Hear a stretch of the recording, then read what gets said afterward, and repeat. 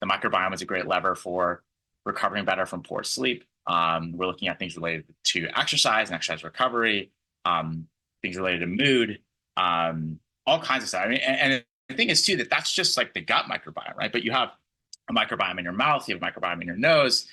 There's the vaginal microbiome, there's the skin microbiome. Your pets have microbiomes, and all of these places have really interesting modern problems that need solving. And a lot of them could be addressed with a probiotic that is engineered to perform a specific function to address that problem. Are you curious about discovering ways of making your life better? Then welcome to my podcast. I'm Bob Nickman, and this is The Exploding Human.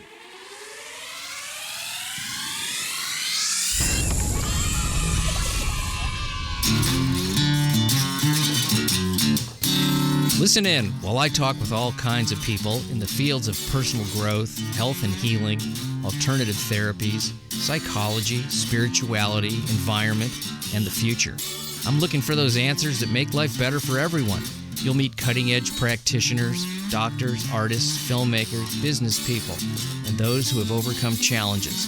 The brave, the curious, anyone who is out there helping us humans to explore, expand, and explode.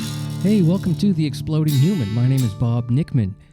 My guest today is Zack Abbott, and we're going to be talking about the world's first genetically engineered probiotic.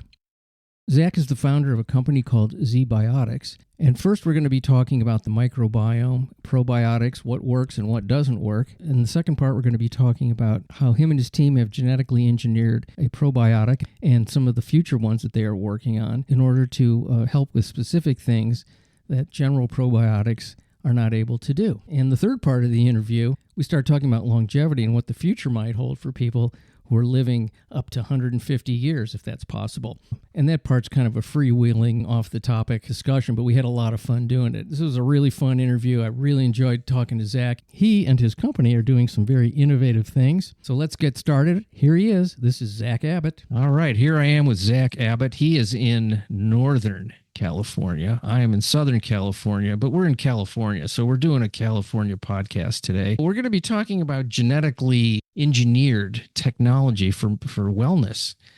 And that's Zack's thing, and he knows a lot about it. And particularly, I think probiotics is one of the things. But let's talk about a little bit about your leading up to you starting your company, which we'll also talk about. How did Zack Abbott, that's you, how'd you get here today? I studied science in college, but I also studied classical history. I was kind of interested in a lot of stuff. And then after college, I was tried out various different professions and kind of trying to figure out what I liked. But I think at the end of the day, I discovered that like science was the thing that probably scratched the itch deepest for me in terms of finding opportunities to be creative and problem solve and think about ways to have an impact and like that also allowed me to be curious.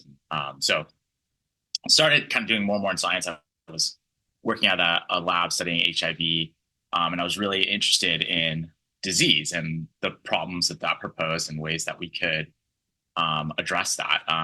And so then I went and did my PhD in microbiology and immunology and was thinking a lot at that time about kind of disease and disease progression. And so I started studying bacteria and initially the kind of the perspective I have was, as many of us do, I think, is that like bacteria cause disease. And so then like, how do we learn about them and how do we fight the disease causing bacteria? But then as I got into the subject more, I learned that the vast majority of bacteria are neutral or even beneficial. It's only a small percentage that cause disease. And that started to be really interesting and exciting for me is instead of like combating sort of like negatives, like how do we leverage the beneficial ones and how do we create benefits and solve problems that way? And so that became more and more interesting to me during my PhD. And so then after my PhD, I sort of had this idea kicking around in my head for a while, which was the idea of taking a beneficial or safe or edible bacteria, probiotic bacteria, which is performing thousands of functions. And most of those functions are for the benefit of the bacteria. And so then sort of sometimes tangentially or incidentally, they may be beneficial for you too. And that's kind of like the state of the industry with probiotics. And so I thought like, well, what if we took that bacteria and then use modern biotechnology to engineer it so that in addition to the thousands of functions it was already doing, it would do one additional function that we know for sure would be beneficial to you. And I thought that was like a really cool idea and really, really kind of simple. And I looked around and I saw that there were people working on this, but not in kind of the ways that I had envisioned. And I thought there were some cool opportunities there. So that kind of became this sort of, bug in my brain that I really couldn't let go of, and kept thinking about it, and eventually decided to start a company to kind of pursue that idea more, which is kind of the birth of ZBiotics. The first thing you think of when you hear the word bacteria is that it's bad. Right. That's the first thing you hear. We've been taught that there's, viruses and bacteria, they're bad things, and they try to attack people and make them sick. It's an odd sort of way to look at things. I mean, maybe that is the case in some cases, like you're saying, but so why, and there's a lot of mileage that's been gotten financially, certainly from pharmaceuticals and those kinds of things. It's like, well, let's come up with stuff to kill the bad stuff.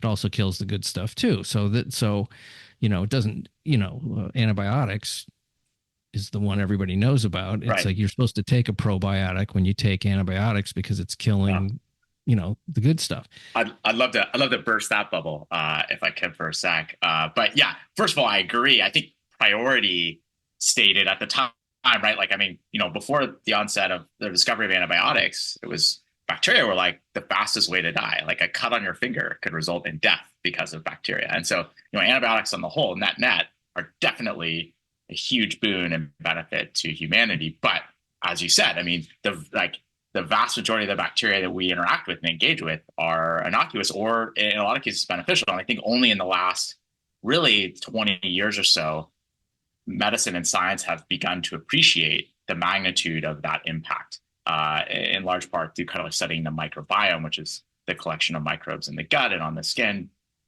in your mouth, like really everywhere. And so taking antibiotics to save your life is valuable, but then of course it creates all these downstream consequences by killing all, or not all, but a lot of the good bacteria as well. And that causes disruptions and can interact with kind of your health in many different ways.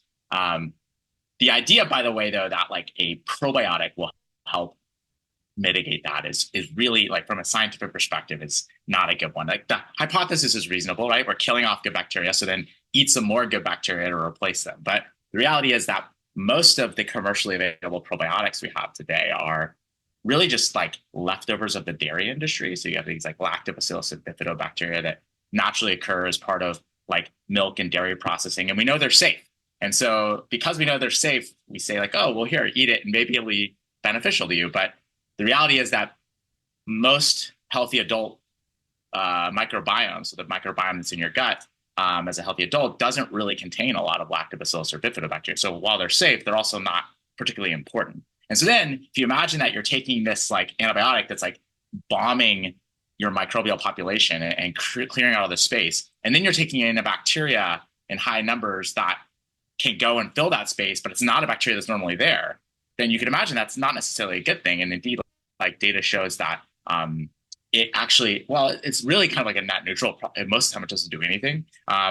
It more often than not, it actually can get in the way of your natural microbiome kind of repopulating itself. And that's what you really want to happen, is all of the hundreds or thousands of species of bacteria that are already in your gut growing back. So the analogy I often use is like, if you were to like throw like, some pesticide all over your grass to kill the weeds, you wouldn't then take like seeds for a different plant and try and use them to get your lawn to grow back. You would probably do fertilizer to get like the grass is already there to kind of like return. And so I think that like that's kind of like the stronger hypothesis for when you're taking antibiotics. How do you support your gut?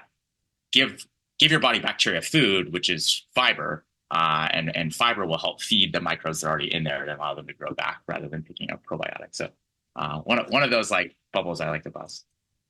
Well, I'm glad you did, because I never knew what probiotic to take. There were so many options, and it's this many millions of whatevers. Right. And I was like, well, what's going to work? Nobody seemed to really know. I did a little bit of, research with, watching people talk about this kind of stuff on YouTube. That's not really research. It's just sort of check. But, a lot of these people are, in the field. And I still couldn't get, like, what am I supposed to do? I mean, there was no clear message about what's the best way to do that. And not that I take a lot of antibiotics, but they have saved me from Sure. a lot of bad stuff, pneumonia included. Exactly. So I probably wouldn't be here if it wasn't for antibiotics. Probably most of us wouldn't be, actually. Yeah, and I think that's I think that's honestly an honest reflection of the field, right? Like, so nobody really knows what to tell you to take, because like the truth is that first and foremost, everybody's microbiome is different. So your microbiome is totally different than mine, and the idea that there's sort of like this like silver bullet that's going to come in and fix everybody's microbiome like is not like, that's not really a reasonable scientific hypothesis. And I think we know that. But like some like people want to sell you something in this case. Like we've become aware of the fact that the microbiome is important. And so then it's like, okay, well, what do we do here? And so unfortunately, probiotics are not really a great hypothesis. I think that there are many different probiotics, and I'd say the most generous way I sort of say this is that some probiotics can help some people sometimes. I think that that's like a fair thing to say. It's not to say there's no data out there to ever show that it does nothing. It does occasionally help people, and so I often recommend to people who really are passionate about probiotics to try a few different things out. And if something works for you and you like it, then that's great, and go for it. But like there isn't really like, you're not going to find like this strain or this bacteria is like really going to like fix your microbiome generally. So it's really more of an individualized, I think, situation. So that being said, is there any type of testing for the microbiome where somebody can and I think there may be, or it's a sort of on the edge of happening more so. I've been looking into it a little bit, because one of the things that comes up on this show a lot is gut health. It comes up all the time. And for everything, it's like, Right. it's really like there's like an intelligence down there, gut instinct. Think about Right. that. Right. So when you think about that, is there, like you say, everyone's is a little different. Is there a way to get some kind of a read? Like you can get your DNA tests done and know what your DNA is, what your predispositions are. Can you do that with your microbiome? And then how is, and does that, I guess, obviously that's going to change depending on lifestyle and nutrition and environment and all those things. But is there testing? Yeah. Oh, okay. Yeah, they exist. Sort of like ways to, same way you can sequence your own DNA, you can take a sample and sequence all the DNA of the bacteria in your gut, or even the RNA. So like not just what bacteria they are, but what they're doing. Those things exist. I would say that at this current state of the field, we don't know enough to really give strong recommendations about what to do with that information. So we can tell you what's going on, but we can't tell you really what you need. I think like with any confidence at this point. And part of the problem is that even though there are an infinite number of combinations of bacteria that would make up a healthy microbiome, or I'd say like, because there are an infinite number of kind of combinations of bacteria that make up a healthy microbiome, there's not a way to look at one necessarily, at least not yet, and say like that is healthy or that is unhealthy. And in the case where we say it's unhealthy, like here's what you need to do to fix it, because it's such an incredibly dynamic and complex community that like we can't say like we don't have sort of silver bullets yet. I think there are things we can look at to say that this is definitively unhealthy. Like if we know that diversity, for instance, is really important. So having a lot of different kinds of bacteria in your gut and having those kind of evenly represented is generally considered healthy. But like we can't say like, this bacteria specifically is like lower than it should be, and you need to boost it with like more probiotics or something like that. Imagine it less like sort of like a lineup or a roster, and more like this like very dynamic and complex like net or web of interactions. And like, so like you could take one out and like another one might compensate in a way that's like really beneficial. And then if you try and kind of cram something back in, it could disrupt that like interaction in some way. So long story short, it's like a really complex system, and we're appreciating how important it is, but we really don't have our head around exactly how that works in a cause-effect relationship to a level yet where we can intervene in a meaningful way. Amazing, like how the more we learn, the more complicated we see everything is. When you think about these people that do brain mapping and You're like, how is that even? Would you even come up with a way to do that? But they're doing it, and they're Right. they're able to do things that they couldn't do 10, 15 years ago. It's Totally. kind of amazing. And this is, to me, this is the type of thing that where medicine is going to really excel, is when you get this kind of precision diagnostics, which is, every year it gets a little bit better, I suppose, or a little bit more specific. I think that this is like a really exciting area for human health. And I think that excitement is reflected in all the stuff you see out there right now. It's maybe jumping the gun a little bit, but like we're appreciating that there's this like really a whole other organ system of the body in the microbiome that we just didn't even pay attention to until, like I say, maybe 20, 30 years ago. And so we're just now learning, and it's so complex. It's as complex or more than the entire human body. And so there's a lot of work to be done, but I think that like we are gaining more and more information and more knowledge it's allowing us to start to untangle that, at least at the edges, to the point where we can start to intervene. But I think the more and more we learn, the more and more powerful those insights are going to be for human health. And I'm really excited. It's an exciting time to be a microbiologist, for sure. Yeah, it's really fascinating stuff. When you think, I have a acupuncturist that I've seen a number of times, and she has really transitioned most of her work toward working with the gut, and that's where the needles are going.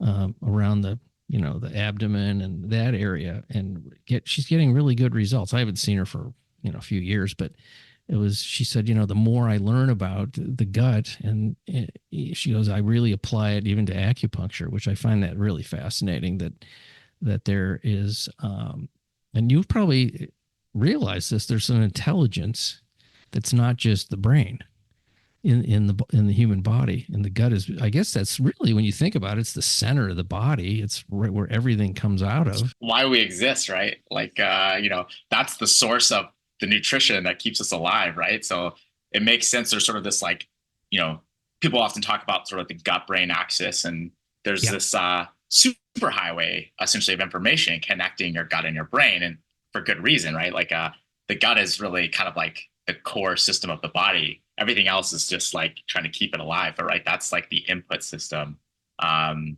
then the energy acquisition system. Without that, we're in big trouble. And so it makes sense. There's a lot of feedback happening. There's a conversation happening between those two systems. And so you describe that as an intelligence, and I think it absolutely is, because it has to be intelligent enough to communicate with your brain. And that is a two-way conversation too. Like and so when you describe acupuncture, it's sort of, I do not profess to be an expert at acupuncture, but as I understand it, I mean, the point of it is to kind of stimulate nervous system and different systems of the body with pressure. And so that's creating systems that are signals that the body are creating. And then that, can communicate with the bacteria. And what's interesting, it sounds sort of like science fiction-y or pseudoscience to say that like the bacteria communicating with us in some way. But in reality, it's the same system that your own cells use to communicate with each other. So you have these, nerve cells in your brain and brain cells, and they secrete a chemical that like then another cell like has a receptor for, and they bind that receptor, and then that's like the way they communicate. It's like chemical language. They're speaking to each other to pass along signals. And what's interesting is that those chemicals, those neurotransmitters that our cells make, were originally developed by bacteria, and we kind of took them wholesale, the ability to make them from bacteria. So we speak the same chemical language, or a derivative of the chemical language that bacteria speak. And so it's not surprising that we can communicate with each other, because we use a lot of the same chemicals. So like people have heard about dopamine and serotonin. These are neurotransmitters that bacteria can make. In fact, they often make a lot. The majority of dopamine and serotonin are made by bacteria in the gut, and that's like a feedback loop, right? We put something in our body, and the bacteria like it, and they like give us this dopamine hit, like good boy, eat more of that, and like feed me what I want, and you can really skew that either way, and your body's also communicating with the bacteria. You are stressed, you release like stress signals, and the bacteria can respond to that, and it can create, like, for instance, if you don't sleep well, you have all these like stress hormones and create all these reactive oxygen species, and it can wreak havoc on your microbiome. And so there's a lot of kind of like two-way conversations that are happening between you as an organism, and then all of that huge community of organisms that are living in you. And so you're kind of like more like an ecosystem than you are like a single individual. Yeah, it's really cool. Like, and the simple version to me is like, in terms of the direction of, you ever get some really bad news and you just feel sick to your stomach? It doesn't take long. Yeah, Couple seconds. right. Yeah, simple. You go, oh, of course there's a connection. Right, exactly. A lot of the way you feel, like both ways, right? If you don't feel good, like if your stomach doesn't feel good, you're depressed. You can't perform as well, right? You feel depressed. There's a lot of connection between microbes in your gut and depression and psychology, and vice versa, right? When you're feeling great, the opposite is also true, that like, your gut can feel really, really good too. You feel centered and things like that. So this is really cool stuff. I love this stuff. It's very exciting to me just to think that people are working on this every day.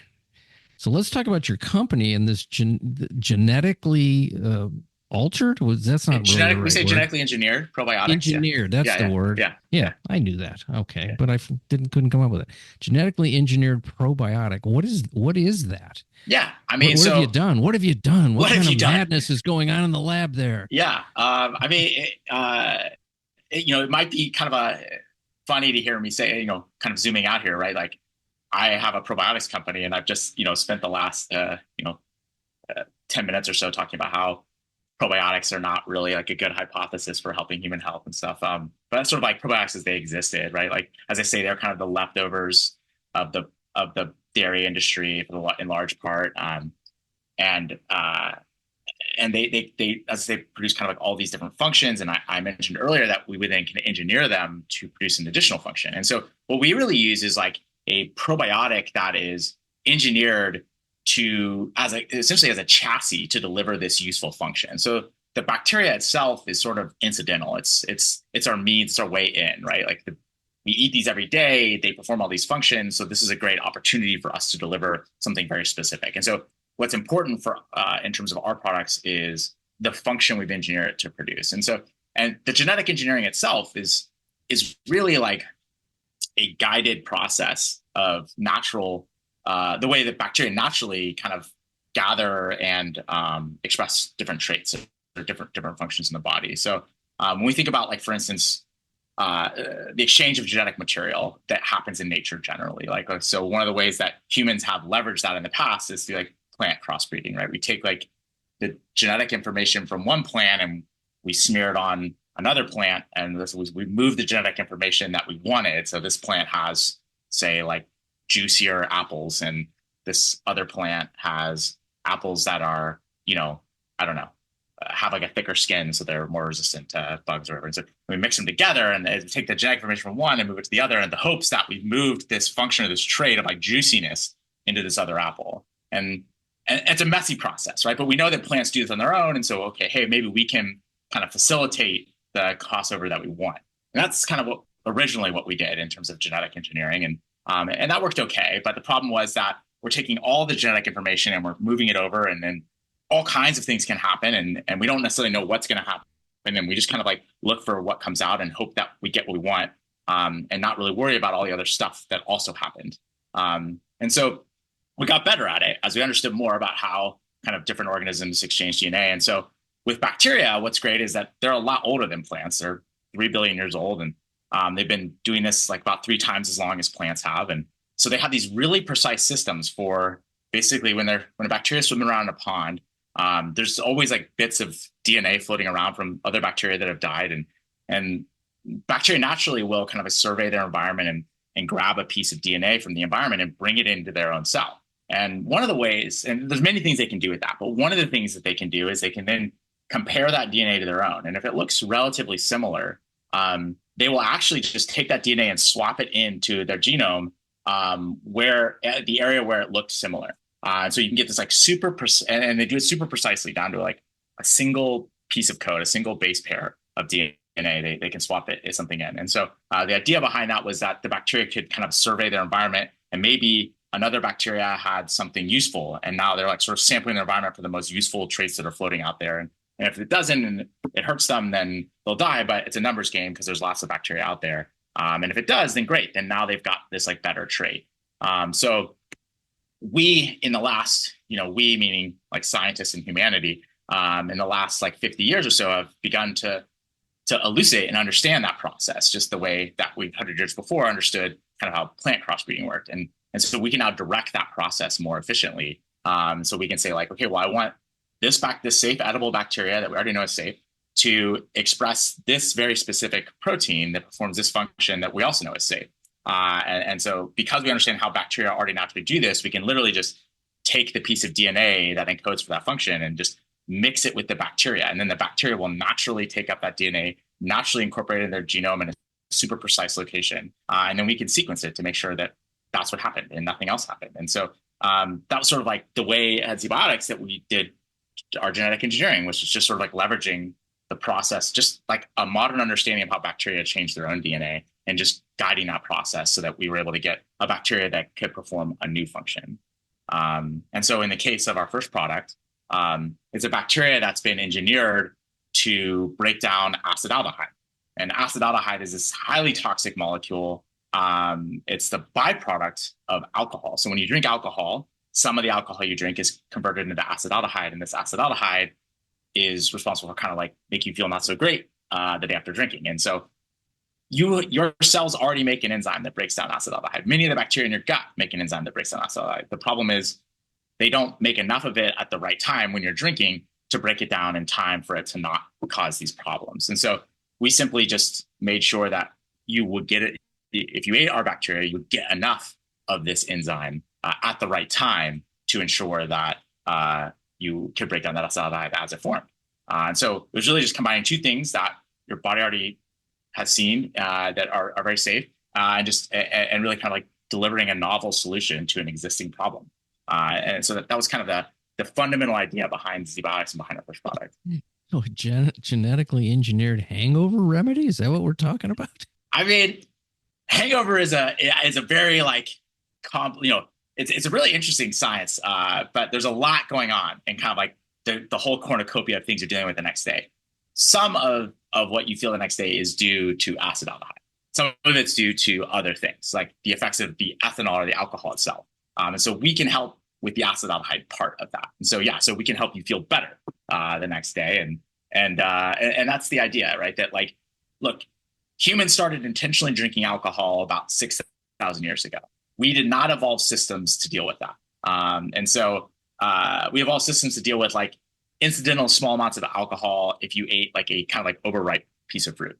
And so that was kind of where the system was set up for. And so sort of like a modern problem, consuming alcohol is not something that biologically we're set up to do, but nature has a lot of solutions to this problem that they figured out. And so we can really kind of direct a solution. We can take modern biotechnology to solve a modern human problem. And that fundamentally, I think, is a good encapsulation of what ZBiotics intends to do, which is just solve modern human problems with modern technology. So there's other products too that you are targeting different things. What are some of those? Yeah, we are really excited about the category. And I'll say this to begin with, that when I started this company with the idea of genetically engineering probiotics, my goal was not to just make everybody feel better the day after drinking. That just so happened after I had kind of like a long list of things I wanted to do. When I started pitching that list, that was the one that people immediately got excited about and understood. And so it made sense as a place to start. It was a great kind of like proof of concept for the technology, something where people could like feel that benefit. They understood the problem. There wasn't anything credible out there that really dealt with it. So it made sense as a good starting place. I have a lot of fun with that and engaging with kind of people on this, but the vision is much bigger. The idea that like we can solve all kinds of problems. And so we're launching our second product in like very soon, like in maybe the next couple of months. And so really excited about that product. I can't talk about it specifically just yet. We're still keeping the powder dry, but it's not at all related to alcohol. It's related to kind of gut health and basically like nutrition, and a totally different mechanism, and totally different action that product's doing. We're looking at things related. I talked earlier about kind of the effects that sleep has on your gut and the way you function the next day. And so the microbiome is a great lever for recovering better from poor sleep. We're looking at things related to exercise and exercise recovery, things related to mood, all kinds of stuff. I mean, and the thing is too that that's just like the gut microbiome, right? But you have a microbiome in your mouth, you have a microbiome in your nose. There's the vaginal microbiome, there's a skin microbiome. Your pets have microbiomes, and all of these places have really interesting modern problems that need solving. And a lot of them could be addressed with a probiotic that is engineered to perform a specific function to address that problem. So that I think that, when I look at our pipeline, there's just like, we're not limited by any one thing. We can do so many different things. And I think that's what's so exciting about this technology and this category that we're building. What's the delivery system? Are you just swallowing a pill that has something in it? Yeah. So the bacteria, basically, like the bacteria we use is really cool bacteria called Bacillus subtilis. And it forms like a dormant spore that makes it very resilient to stress, like heat and pH and things like that. So we can basically turn that into a powder that's shelf stable. Those bacterial spores basically will be stable in a powder for forever, indefinitely. And so that gives us a lot of flexibility. And so we can then turn that into form factors that all make sense for whatever application we're going for. And so with the first product, right, it's a product that you would you ingest before drinking alcohol. So we made that into like a small liquid beverage that you drink. So we just take that powder and put it into water with some flavoring, and then you drink that before you drink alcohol. With our second product, it's going to be a different form factor. It's going to be like a powder drink mix, and then there's but we can put it into a pill. We could put it into like a food product, like a snack bar or something like that. And so there's a lot of flexibility we have there because bacteria are great at this. They're everywhere already, and so we can just leverage that to make things that people are excited about. What a great idea! Yeah, I mean, we're having a ton of fun with it, and it is. I'll say when we launched our first product, we launched that in August of 2019. It was the world's first ever genetically engineered probiotic of any kind to go to market. And so we really see this as like the beginning of a category. I think that this is kind of like probiotics 2.0. I think this is the next iteration on really like the people walk into a grocery store and they buy a probiotic because they want something to happen. They want to fix some sort of problem. And right now we kind of give you them and we say like, they're just kind of, hey, we found these on the ground in nature and eat them. And I hope that something good happens for you. And they sort of like have these vague things like, oh, like men's health and prenatal probiotic and, all these different things that are, pretty vague. And they're all, and the truth is, if you go look at the label, they're all the same bacteria, just with a different label on them. And so this is the opportunity to kind of take those bacteria and then like refine them down, hone them into a specific tool. So like instead of taking a piece of iron ore out of the ground and just handing that hunk to you, we then, refine that or smith that down into a hammer. And we say, this is a really good tool for hammering nails. And so I think that that's the future of this category. And we're really excited about that. And I will say that while we're the first, we're not the only. There are other companies working on engineered probiotics for all kinds of other interesting indications as well. And so I'm just really excited about, I think the impacts on a modern human and their health are going to be very vast due to this. What about some of the other categories that aren't physical categories, that are mood and emotion and those types of things? Because a lot of people struggle with, their moods. They struggle with, depression, bad attitudes. Maybe they have an anger problem. Some of that, because the second thing that comes up a lot in this podcast is trauma. Mm-hmm. So some of that can be attributed to that. But I think there may be some biological reasons for people's moods, which, well, we know that there is. So yeah. Is that something that you're looking at too? The question of are we looking at it? It's like, yes. I think that when you start to look at things like anger or mood, the fact is that they are very multifaceted. And so, and what may, for instance, cause like depression in one person may not be the same mechanism that has that outcome in another person. So for somebody that might be microbiome driven, and for somebody else, it might have nothing to do with their microbiome. And so there are, as with anything, like sort of subpopulations and different causes and effects. And so it gets, the more complex the problem or the challenge, the more difficult it is to come up with like a single silver bullet Yeah. answer. And Yeah. so with something like drinking alcohol, it's like a very like we know the mechanism of action. You've ingested essentially what amounts to like a poison or a toxin, right? And and that we know that that ethanol gets converted into acetaldehyde, and uniformly, no matter who you are, acetaldehyde is not good for you. And so therefore, breaking that down is a very simple and clear and direct kind of mechanism of action. And then when you get at some of these other problems, they can be more complex. And that's not to say that there's no room for us to build something that could help Yeah. even maybe some people, right? And that's exactly how we're thinking about it. It's like, what are the underlying mechanisms here that are uniform? And then are there ways that we can address those as a way to at least incrementally help in these situations? That's the other Yeah. thing, is that there's a lot of like all or nothing attitudes out there. And I think one of the opportunities we have here with this is just the idea of saying like, look, this is a tool in the toolbox along with a lot of other things that you can do to improve your health, your situation in some way. And so incremental improvements is something that we also kind of focus on. All right. Here's something that I am a little always been confused about: the difference between bacteria and virus. And is there any viral type of thing that's going on with what you're doing too? Can that be something that's part of the uh, Totally. communication system? Totally. So bacteria are, sort of like they're cells on their own, and they're self-functioning and they're self-replicating on their own.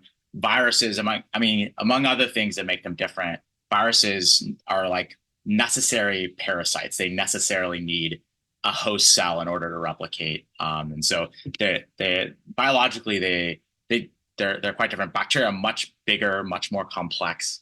Viruses are smaller and simpler, and really kind of like driven by mostly just kind of reproduction. And so that being said, viruses are an incredibly important part of our biology as well. So when we talk about the microbiome, it's usually kind of like meant to equate with like the bacteria in our gut. But the fact is that we actually have a lot of viruses in our gut and in our body as well. In fact, estimates say like maybe even 10 times more.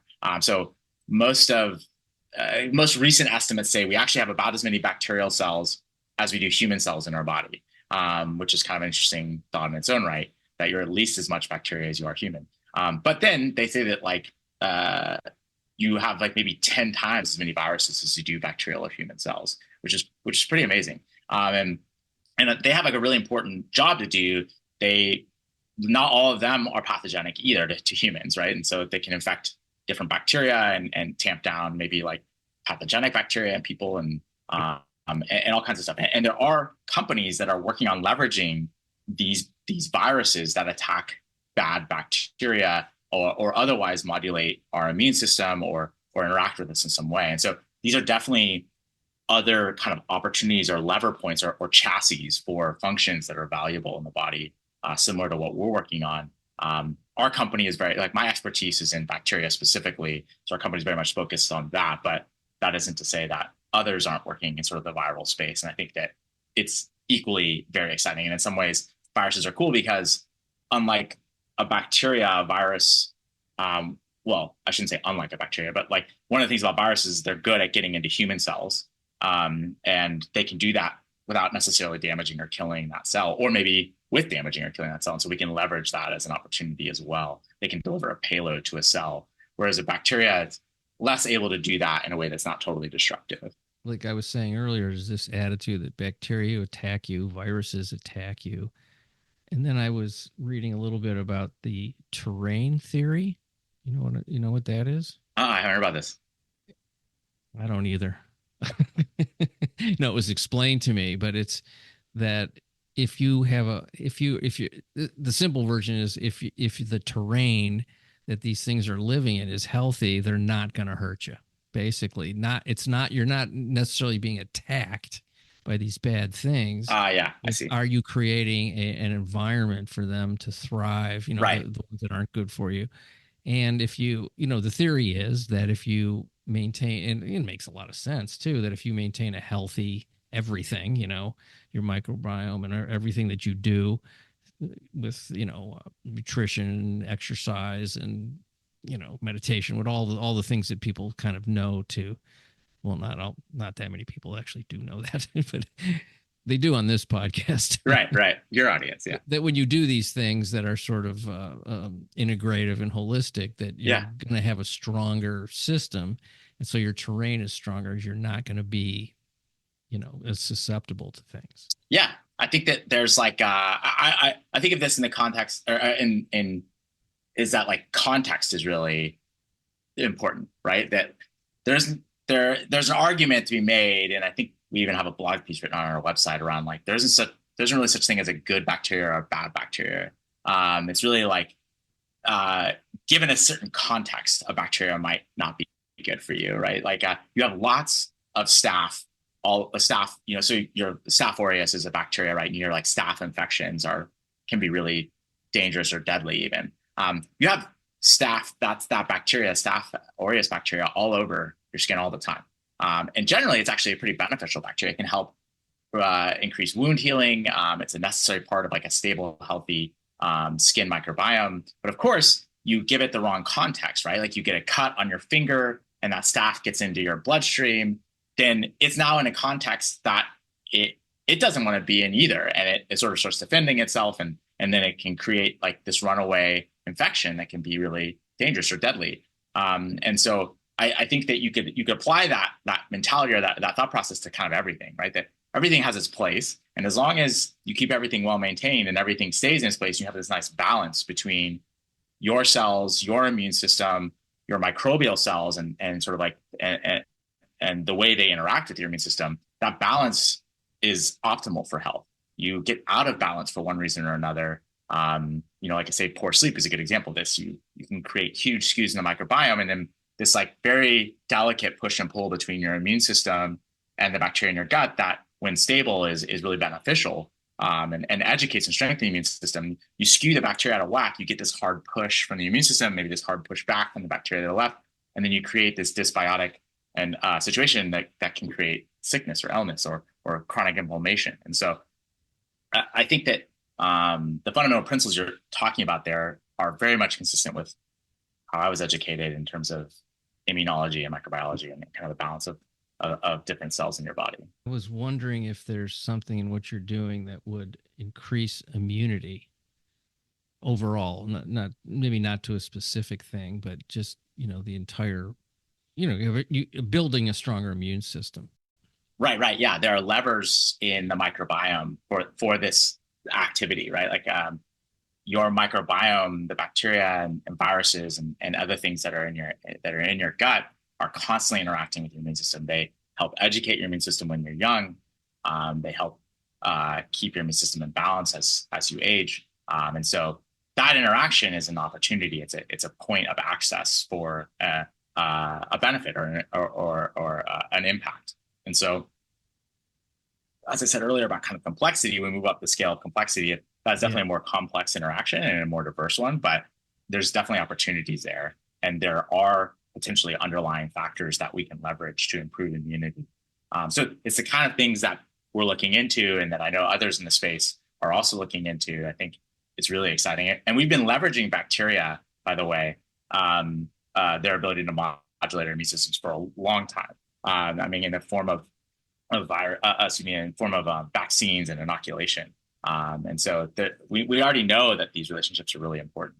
And we've already been able to leverage them in the most rudimentary ways. And so as we sort of like move up in our understanding and knowledge, we can get better and better at this. And I think that a live probiotic that's engineered is a really new and exciting tool to do even better here. And people are certainly talking a lot about longevity, and and we've seen it. Obviously, people are living longer. Hopefully, they're living healthy longer, not just being sustained on multiple medications and not doing well. And it's almost like we're trying to go for immortality in a sense.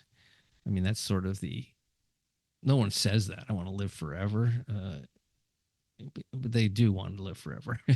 They at least want the option, right? I want the option. Yeah.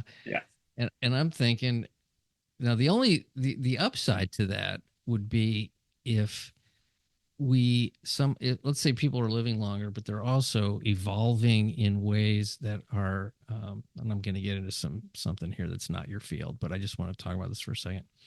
What would be the upside to living longer would be that human beings could work on themselves in these other areas that we're so bad at and become a kinder, more tolerant species where we're not so, killing each other and petty and just all these terrible things that human beings do to each other. It doesn't seem that we've evolved that way at all. So when I think about longevity, that's the thing I'm the most interested in is can that be by living longer and hopefully becoming wiser through experience.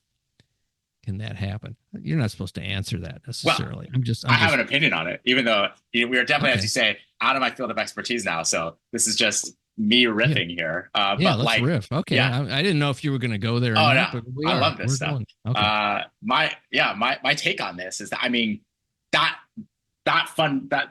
that quest or that belief is based on a fundamental assumption that we can continue to be open-minded and improve with time.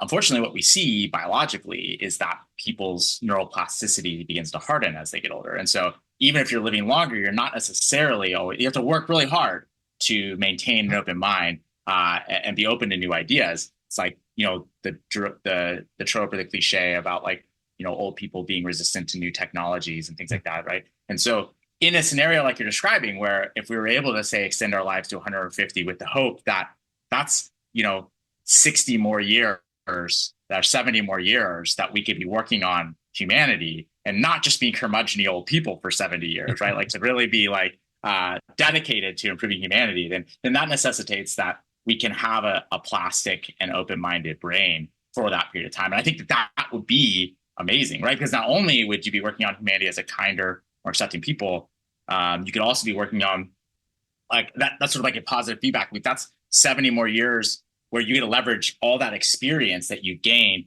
to solve problems of humanity. And so my perspective here is that, like, I don't think I think humans are kind of hardwired to be jerks, it was a successful strategy right back when we evolved, right, to be able to band together into groups of like 100 and kill off everything else that threatened us, and but that that's sort of like hardwired into us. So I think it would require kind of an evolution into what a human is in order for us to think as a society be kinder. So I don't know, maybe call me the pessimist there. I don't know if we'll No, get there, I'm but on your team with that one. To me, the whole thing is a big failed experiment, but I'm still going to try to be as positive as I yeah, can for my brief time here and my circle of people.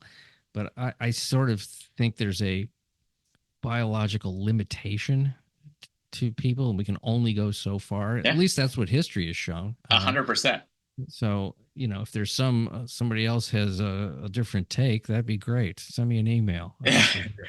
Yeah, I'd I like mean, to look, hear it. I hope I think I agree with you completely that, like, I can't control what humanity does. I can only control what I do. And so I try to be aware of the things I do. And if I believe that I could have a nice impact on humanity, then I want to do that. But that's as far as I can go. I can't make humanity better. I don't think any of us can. Yeah. Well, it's, what's an interesting thing is the people that come on this show, they are doing things that are very positive and helpful, despite the fact that, there is this underlying kind of disappointment in the species. Yeah, right.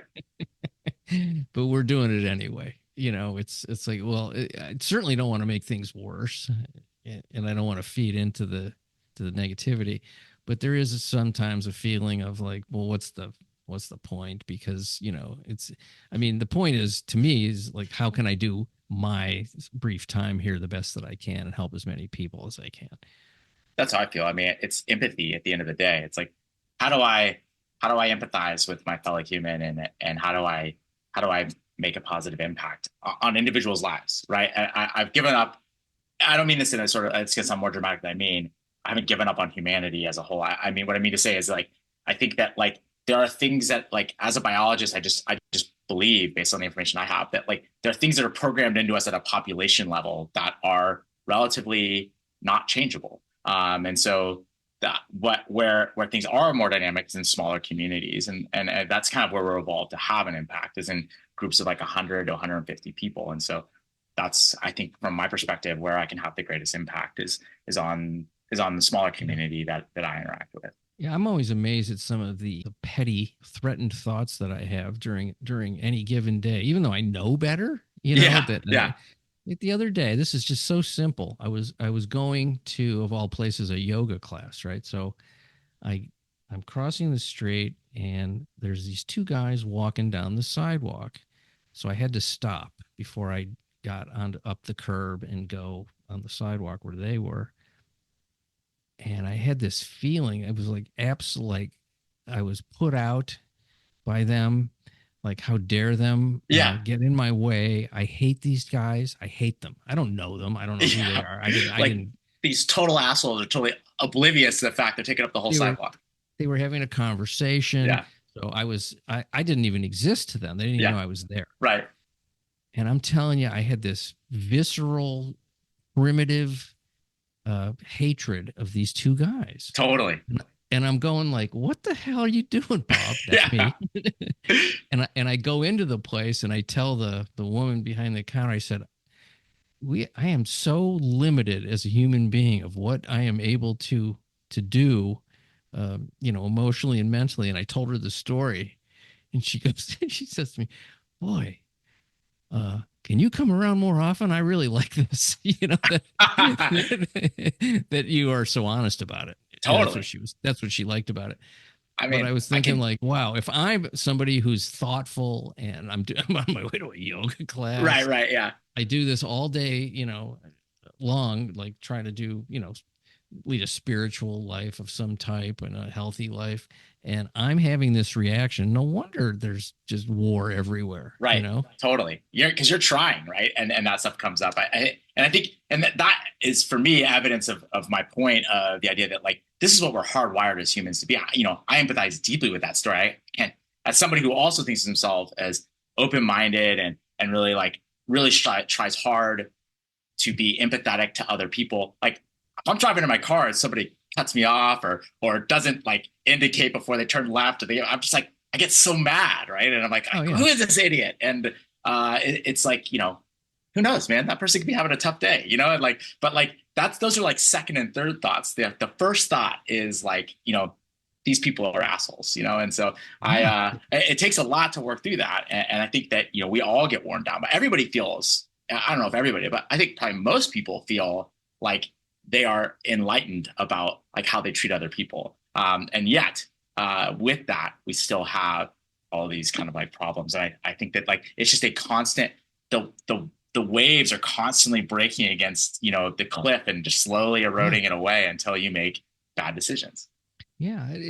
Between our sort of innate biology and our genetics, there's not a whole lot of free will or room to go beyond a certain point. Those of us that are trying to do that and are aware of it, bravo to us, I guess. But, I don't feel like I feel like I'm infinitesimally more evolved than, somebody, some redneck who's, shooting at people out of his pickup truck. Right. Yeah. No, I mean, look, it's like, even if it's just playing a numbers game on this, right? If we want to just really feel bad about humanity, you make 1,000 good decisions for every one bad one you make, right? But then multiply that one bad one by, the 8 billion people on the planet, right? And that's 8 billion bad decisions that like, and it just takes one kind of, one negative thing to kind of set up a whole chain reaction of sort of negative consequences. And so even if you're almost always making the decision that's empathetic and in favor of your fellow human, it just takes a little bit of negativity to kind of like really, and so the best you could do is try and skew that ratio as high as possible. And I think that like we can get better, but we can't get perfection. And there's always going to be people who you take 100 people in a room and you have one person who's being a jerk and pushing people around, like that's going to ruin the whole vibe of the room, right? So like 99 people were good.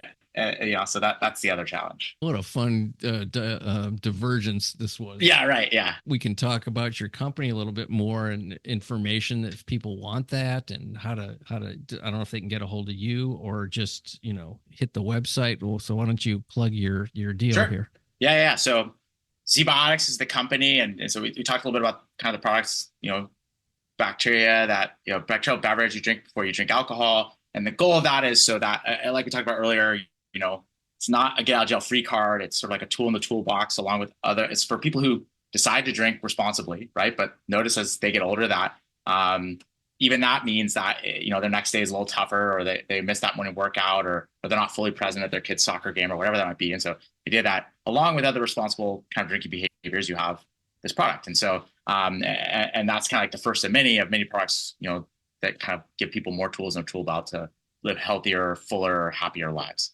So we talk a lot about the microbiome and alcohol and sort of like responsible drinking behaviors and like how, and then like, how your diet affects like your gut and lots of information on there that's not so our website is ZBiotics.com, a lot of information on there that's not just sort of like trying to sell you our product. There's a lot of kind of interesting things about the microbiome in general and how the gut interacts with all these different parts of our lives. And so totally encourage people to go check that out, learn more there. And they're interested in the product, it's there too, of course. And we're always there to answer lots of scientific questions people have too, if people ever do. So always, hit us up. There's lots of different sort of email addresses, info at, support at, whatever. And they all go to our CS team and we all handle these together. And so always happy to engage with people who have questions as well. Oh, that's great. Cause I know a lot of the folks that listen to this are interested in finding out more about things, particularly with scientific, genetic engineering is a very complicated and controversial topic. And I think that there's like a really important conversation that needs to be had there. So for instance, I'll just put a little plug in for that, by the way, that every bottle and box of ZBiotics says proudly GMO. We believe that the technology can be used for good to help people. And we recognize that it hasn't always, and we recognize why there's a lot of skepticism and fear around that. Unfortunately, the conversation has sort of conflated bad use of the technology with the technology itself. And so this is another area that it's really actually the mission of the company is to elevate this conversation above good or bad, or is it or isn't it, into something more reasonable, rational, and nuanced. And so if people have questions around genetic engineering, we try to provide honest information around that and how we use the technology and why there are differences and why there are opportunities here for responsible use of tech. So also encourage people who are maybe skeptical or concerned about genetic engineering to come check out our website and chat with us as well. Yeah, well, it's nice to talk to somebody that's approaching it from a highly responsible place. So I appreciate that, and I'm sure my listeners are going to appreciate that too. So Zach, thanks for being on the show. It was a really wild ride there toward the end. I loved it. I had a lot of fun with that one, for sure. Yeah, I never know what I'm going to get, and that was just awesome. So thank you for being on the show, and good luck with the company, ZBiotics.com, folks. Go check it out, and Zach will respond to you, or someone on the team over there will, if you have questions. And have a fantastic evening. Thanks so much. Much appreciation for you folks listening to The Exploding Human. The website is theexplodinghuman.com. There is a YouTube channel where you can listen. That is The Exploding Human with Bob Nickman. Once again, I want to thank Zack Abbott for being on the show. You can check out his company at ZBiotics.com. Have a fantastic day. Thank you.